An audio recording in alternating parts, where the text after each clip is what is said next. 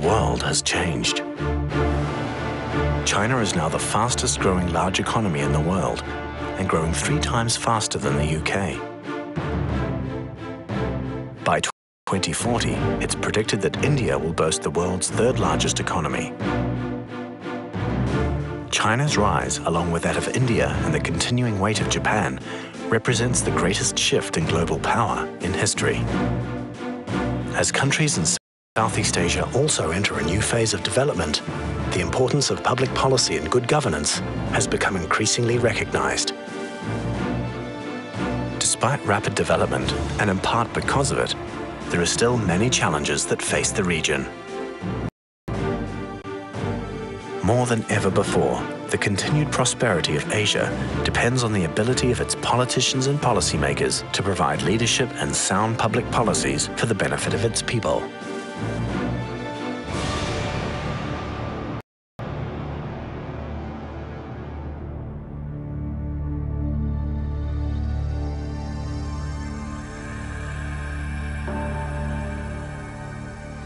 The Lee Kuan Yew School of Public Policy, a graduate school of the National University of Singapore, is a place where policymakers come to discuss the vast spectrum of issues that face Asia and the complexities of new governance for this region. It is ideally situated to provide unique perspectives and insights on the emergence of the world's most dynamic region. It was first established in 1992 as the Public Policy Program of NUS in partnership with the John F. Kennedy School of Government of Harvard University. The school is headed by Dean Professor Kishore Mahbubani, named as one of the top 100 public intellectuals by Foreign Policy magazine in 2005. The mission of the school is to help Asia transform itself. It's the fastest growing school of public policy in the world. It is also in some ways the most generous school of public policy in the world because only 20% of our students come from Singapore, 80% come from overseas, and about 85% of those who come from overseas come on scholarships given by the school. Most of the schools of public policy are in the West. We are the first Asian school of public policy to join the Global Public Policy Network that was set up by CEPA of Columbia University, an Ivy League university in America, by London School of Economics, and by Sciences Po in Paris. Concrete benefit that you get from joining the GPPN is that you can enroll in the Lee Kuan Yew School of Public Policy in the Masters in Public Policy program. And if you do well in the first year, you're eligible to go to Columbia University, LSE or Sciences Po, and you can get 2 degrees instead of 1. And quite often, if you're a scholarship student, the Lee Kuan Yew School of Public Policy pays all your expenses in Singapore and in New York, London, or Paris. And that's a huge gift that the school provides. The Lee Kuan Yew School of Public Policy's reputation for excellence lies in its faculty. This diverse and growing community of scholars and practitioners are well known for teaching and research expertise in a variety of fields. Governments across the region are facing increasing performance pressures from their citizens, and that's whether you look at it in terms of delivering consistent economic growth, social services, or reducing corruption. I think the LKY school is uniquely poised to be an innovator among schools of public policy. We use case studies systematically from throughout the region and train students to use them to think critically about lessons they could draw and how to translate those across sometimes very messy geographical and cultural boundaries. Most schools focus on quantitative and qualitative analysis, and we have a strong emphasis on that to understand the context in which leadership occurs. But to get to the core of the leader and what helps a leader move forward to bring about change, one needs to look at the individual. There's very little research on Asian leadership and on public leadership. And so we're reinventing something here, trying to make it appropriate for Asia. The school also attracts distinguished visitors and guest lecturers, such as former British Prime Minister Tony Blair, New York Times columnist Thomas L. Friedman, Nobel laureate Douglas North, Indian Minister for Commerce and Industry Kamal Nath, and Rwandan President Paul Kagame. For prospective students, the school offers 3 master's programs. The Master in Public Policy program is a 2-year course targeted at young professionals. The Master in Public Administration, a 1-year degree, caters to mid-career professionals. And finally, the Master in Public Management, targeted towards senior leaders in the public and private sector, provides the opportunity for qualifying students to spend a semester at Harvard or Columbia University. The school also offers a PhD degree and a diverse range of high-quality executive education programs. These are awarded by the National University of Singapore, consistently ranked among the top universities in the world. Executive education plays a critical role in supporting the school's mission to raise levels of governance around the world.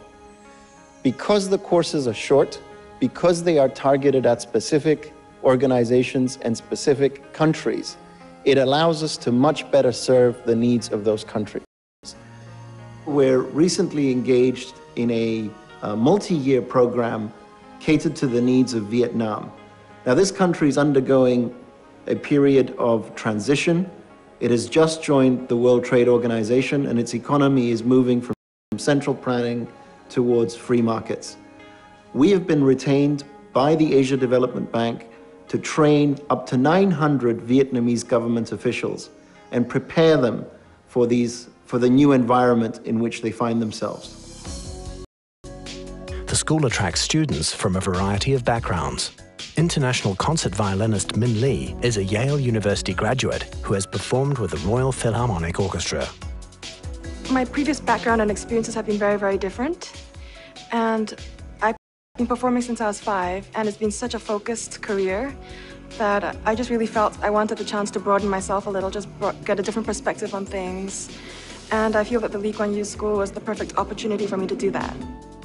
I came here to Singapore because I wanted to get an understanding of the Asian public policy framework, and I feel that the curriculum has enabled me to do that. I have taken a chance to travel around the region.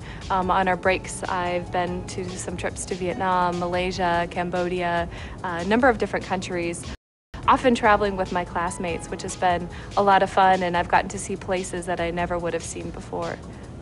The idea of doing a master's program is to equip you with skills to get a job.